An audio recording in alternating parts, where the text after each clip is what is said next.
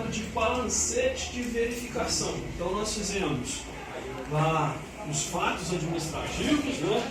Fizemos as razonetes, fizemos o balanço patrimonial, fizemos a escrituração, né? E agora, com base nesses razonetes que a gente tem aqui, então a gente vai para o balancete de verificação.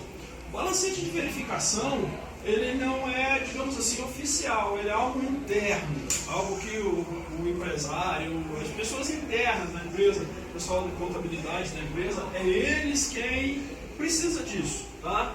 E aí, por isso, não precisa de uma formalidade tal qual o balanço patrimonial precisa, ok? Então, o balancete de verificação é livre. Porém, a estrutura dele é o seguinte. Então, nós temos também um quadro, e nesse quadro nós temos uma subdivisão assim.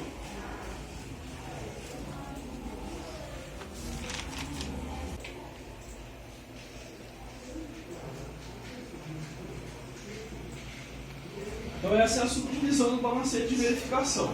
Então aqui, o que eu coloco aqui em cima? Sempre a gente sabe que tem que colocar o título, né, do que a gente está fazendo. Então balancete de verificação.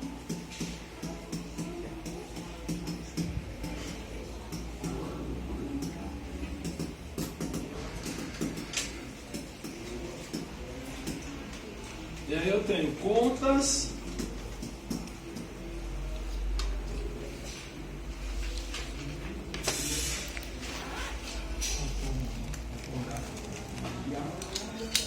Movimento do saldo.